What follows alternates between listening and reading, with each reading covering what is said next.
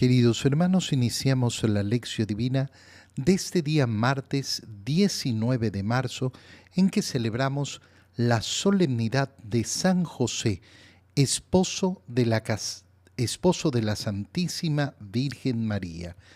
Por la señal de la Santa Cruz de nuestros enemigos, líbranos, Señor Dios nuestro, en el nombre del Padre, y del Hijo, y del Espíritu Santo. Amén. Señor mío y Dios mío, creo firmemente que estás aquí, que me ves, que me oyes. Te adoro con profunda reverencia, te pido perdón de mis pecados y gracia para hacer con fruto este tiempo de lección divina. Madre mía Inmaculada, San José, mi Padre y Señor, Ángel de mi guarda, interceded por mí. En la primera lectura de esta solemnidad de San José, leemos el segundo libro de Samuel, capítulo 7, versículos 4 al 5, 12 al 14 y 16. En aquellos días el Señor le habló al profeta Natán y le dijo: Ve y dile a mi siervo David que el Señor le manda decir esto: Cuando tus días se hayan cumplido y descanses para siempre con tus padres, engrandeceré a tu hijo, sangre de tu sangre, y consolidaré su reino. Él me construirá una casa, y yo consolidaré su trono para siempre. Yo seré para él un padre, y él será para mí un hijo. Tu casa y tu reino permanecerán para siempre ante mí, y tu trono será estable eternamente. Palabra de Dios. Leemos en esta solemnidad de San José, en primer lugar, esta profecía del libro de Samuel, profecía hecha a David de parte del profeta Natán, donde se le promete a David que su descendencia será consolidada, el trono de David permanecerá para siempre. El descendiente de David será un hijo para Dios, yo seré para él un padre y él será para mí un hijo. Tu casa y tu reino permanecerán para siempre ante mí. ¿Por qué leemos esta lectura? Porque esta profecía, esta promesa hecha al rey David de parte de Dios, se ha cumplido a través de San José. Y esto es importantísimo. ¿Por qué celebramos con tanta alegría? ¿Por qué celebramos con tanto júbilo? ¿Por qué nos preparamos para esta fiesta de San José, que rompe además siempre normalmente el tiempo de Cuaresma? Hoy día es un día especialísimo de inmensa alegría. Por tanto, rompemos ese tiempo penitencial para celebrar con júbilo, con gozo a San José, porque a través de él se ha cumplido esta profecía. Se ha cumplido en su Hijo Jesucristo. Oye, esto es tan importante porque a veces a José lo miramos como si fuera, bueno, una cosa poco importante. No, a través de él se ha cumplido esta profecía. Es por él que Jesús es hijo de David, pero no es su hijo verdadero, no es su hijo biológico, pero es su hijo verdadero, es su hijo adoptivo. Cuando hablamos de un hijo adoptivo, no hablamos de un hijo falso, hablamos de un hijo verdadero. Cuidado, en tu mente surge una diferenciación, una idea falsa de que los hijos adoptivos no son hijos verdaderos. Son hijos verdaderos. De hecho, delante de la ley tienen toda la potestad de hijos. No se hace una diferencia legal entre un hijo biológico y un hijo adoptivo. Cuando se reconoce esa paternidad, yo soy el padre de este niño, yo soy el padre de esta persona, se está reconociendo todos los derechos que otorga esa paternidad. Y por tanto Jesús ha recibido la herencia de la casa de David a través de José. Hay muchas personas que sostienen que María también pertenecía a la casa de David, pero esto no lo conocemos bíblicamente. No tenemos esa información a través de la Biblia. La Biblia lo que nos transmite, y lo vamos a ver en el Evangelio, es cómo a través de José es que Jesús ha recibido efectivamente ese linaje del rey David. Y por eso, al cumplirse todas las promesas hechas de que iba a haber un rey definitivo, estable, que se iba a sentar en el trono de David, se cumple efectivamente todo lo que había sido anunciado a David.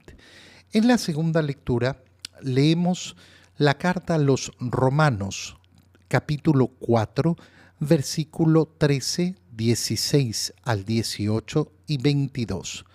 Hermanos, la promesa que Dios hizo a Abraham y a sus descendientes de que ellos heredarían el mundo no dependía de la observancia de la ley, sino de la justificación obtenida mediante la fe.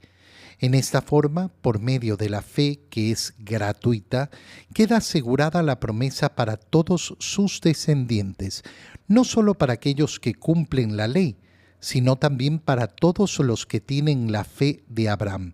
Entonces, Él es Padre de todos nosotros, como dice la Escritura, te he constituido Padre de todos los pueblos. Así pues, Abraham es nuestro Padre delante de aquel Dios en quien creyó, y que da la vida a los muertos y llama a la existencia a las cosas que todavía no existen. Él, esperando contra toda esperanza, creyó que habría de ser padre de muchos pueblos, conforme a lo que Dios le había prometido. Así de numerosa será tu descendencia. Por eso Dios le acreditó esta fe como justicia. Palabra de Dios. Es importantísimo que en esta celebración de San José también recordemos cómo Jesucristo es linaje de Abraham. De hecho, en la genealogía de Jesús, que vamos a leer solo el último pedacito en el Evangelio, se nos narra efectivamente cómo Jesús es hijo de Abraham. Es decir, cómo pertenece a ese pueblo que se ha formado a través de la descendencia de Abraham. Pero esa descendencia de Abraham es una descendencia no solo de sangre, sino que se consolida por el deseo de seguir la fe, de seguir teniendo la misma fe de Abraham. La promesa que Dios hizo a Abraham y a sus descendientes de heredar el mundo no dependía de la observancia de la ley, sino de la justificación obtenida mediante la fe. Mediante la fe de Abraham, imitando la fe de Abraham, por medio de esa fe, que es gratuita porque es un don de Dios, queda asegurada la promesa para todos sus descendientes, no solo para aquellos que cumplen la ley, sino para todos los que tienen la fe de Abraham. ¿Qué se nos está diciendo en esta solemnidad de San José, el casto esposo de la Virgen María? Bueno, se nos está diciendo justamente cómo José ha conservado esa fe de Abraham, ha mantenido esa fe de Abraham, ha repetido en su vida la fe de Abraham, y por eso es descendiente digno de Abraham. Jesucristo, su hijo adoptivo, pero su Hijo va a vivir efectivamente la profundidad del cumplimiento de toda esa promesa. Y qué hermoso es profundizar el hecho de que efectivamente José es padre adoptivo de Jesús, el Verbo de Dios que se ha hecho carne en el seno de la Virgen María. Pero esto nos muestra efectivamente cómo esa potestad de pertenecer al pueblo de Dios no es simplemente ligado a la sangre. Si José puede ser el padre de Jesús a pesar de que biológicamente no lo sea, bueno, eso nos indica justamente cómo el camino abierto por Dios para entregar la gracia y la misericordia a su pueblo no se iba a limitar solo a aquellos que tienen la sangre de Abraham.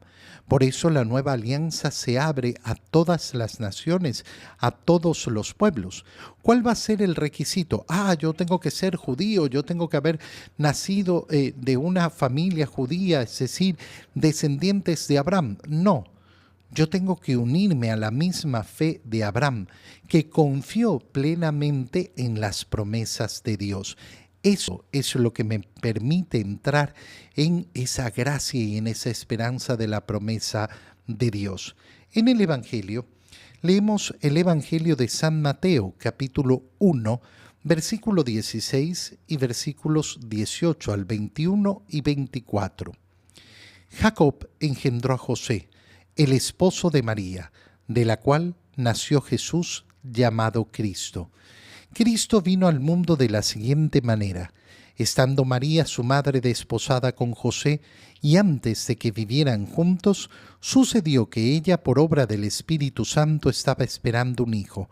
José, su esposo, que era un hombre justo, no queriendo ponerla en evidencia, pensó dejarla en secreto.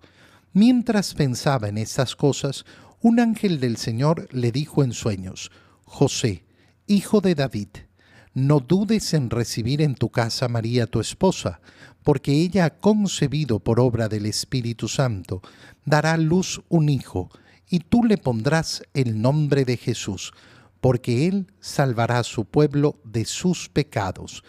Cuando José despertó de aquel sueño, hizo lo que le había mandado el ángel del Señor. Palabra del Señor. Leemos el Evangelio de San Mateo en esta solemnidad de San José y es verdaderamente precioso. Hemos tomado la última parte de la introducción del Evangelio de San Mateo, que es la genealogía de Jesús. ¿Cómo concluye esa genealogía? Concluye diciéndonos que Jacob, el padre de José, el abuelo de Jesús, Jacob engendró a José, el esposo de María. Quedémonos por un segundo en esa simple frase. Conocemos el nombre del padre de José, del abuelo de Jesús. Es el único pariente que conocemos formalmente su nombre a través de las Escrituras. Nosotros sabemos que los padres de María se llamaban Joaquín y Ana, pero esto no lo sabemos por las Escrituras. Esto lo sabemos por la tradición, esto lo sabemos por los evangelios apócrifos, pero no por la Escritura, no por la palabra de Dios. El único pariente directo, abuelo de Jesús, del cual conocemos su nombre, es Jacob, que engendra a José. Esto es sumamente significativo. ¿Por qué? Porque si analizamos la historia de la salvación, ¿qué es lo que vamos a ver? Abraham tuvo a su hijo Isaac. Isaac tuvo a su hijo Jacob, y Jacob tuvo a sus 12 hijos, de los cuales uno de ellos es José, aquel que fue vendido como esclavo por sus hermanos. Y entonces tenemos una significancia en cuanto a los nombres que se producen. José, el hijo de Jacob, estamos hablando en el Antiguo Testamento.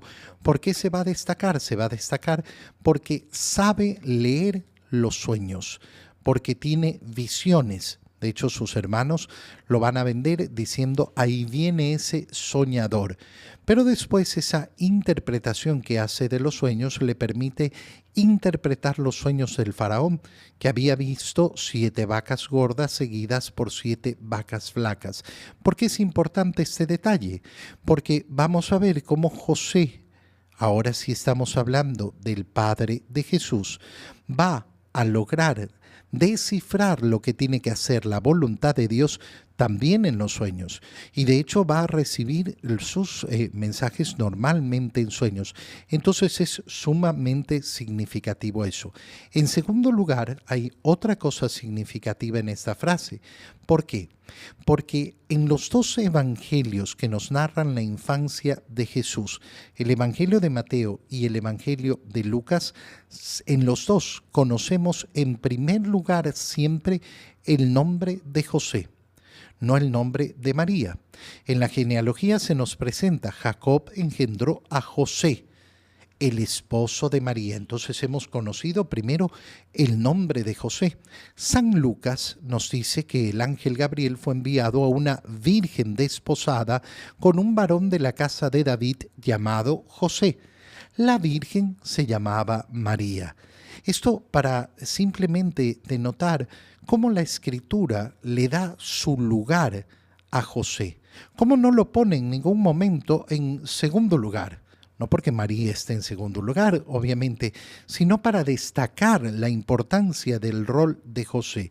Y tercera cosa importante que nos dice esta sola frase: José, el esposo de María. ¿Quién era José?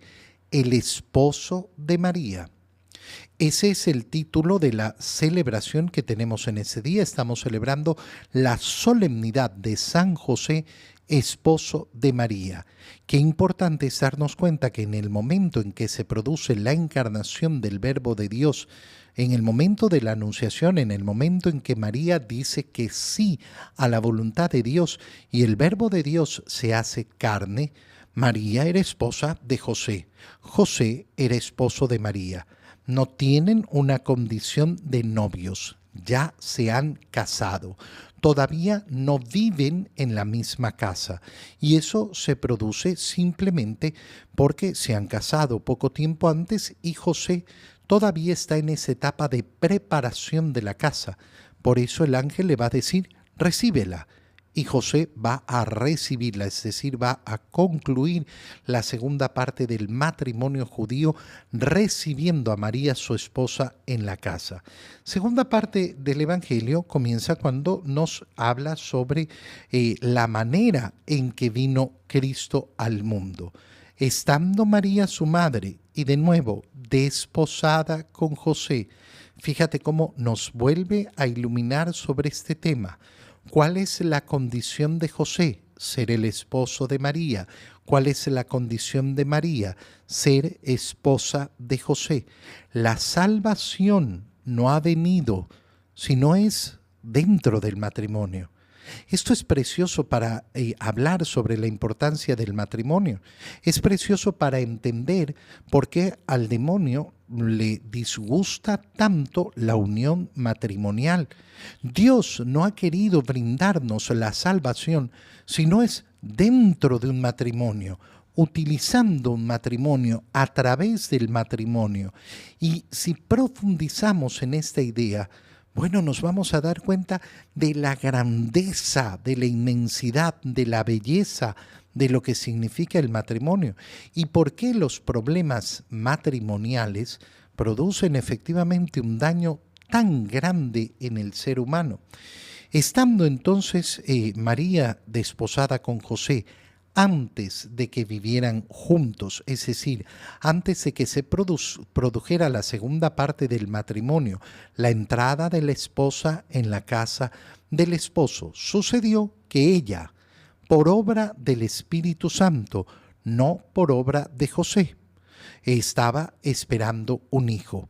Y fíjate entonces qué sucede, que José se entera inmediatamente. El Evangelio de San Mateo no nos presenta una distancia, no nos dice: María quedó embarazada y pasaron muchos meses y cuando entonces ya se le veía la panza, José despertó y dijo: ¿Qué pasa aquí? Me han puesto los cachos. No, inmediatamente conoce. Es decir, ¿qué podemos suponer? Que María inmediatamente le ha dicho que estaba embarazada y le ha contado lo que ha sucedido, le ha contado además que quiere ir a ver a Isabel porque se ha enterado que también estaba embarazada. Y viene entonces ese discernimiento de José. José, que era un hombre justo, no quería ponerla en evidencia. ¿Qué significa? Significa lo que leíamos el día de ayer. Justamente ayer vimos qué significaba el adulterio y qué significa el pecado de adulterio. El pecado de adulterio es un pecado sumamente grave. Jesús no ha permitido el adulterio ni ha dicho que el adulterio está bien. No, ha hablado con claridad. Ha tenido compasión de esa mujer adúltera, pero le ha dicho con claridad, vete y no peques más. Por tanto, si José hacía público que María estaba esperando un hijo que no era de él, la sometía a la pena del adulterio, a la posibilidad de ser apedreada. ¿Cómo puede ser esta mujer, antes de incluso haber realizado todo el matrimonio, haber entrado a vivir en la casa de su esposo, está embarazada de otro? Y hubieran venido entonces las acusaciones. Pero José, ¿qué es lo que piensa? Dejarla en secreto, repudiarla en secreto. ¿Qué significa repudiarla en secreto?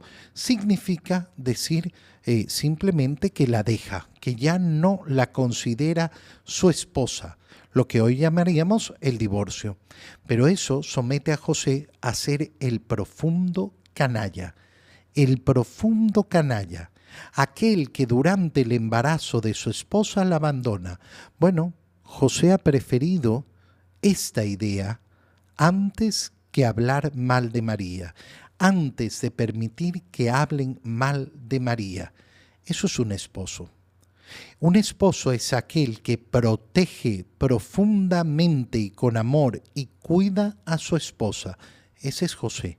Por eso es modelo verdadero y profundo de lo que significa ser un esposo.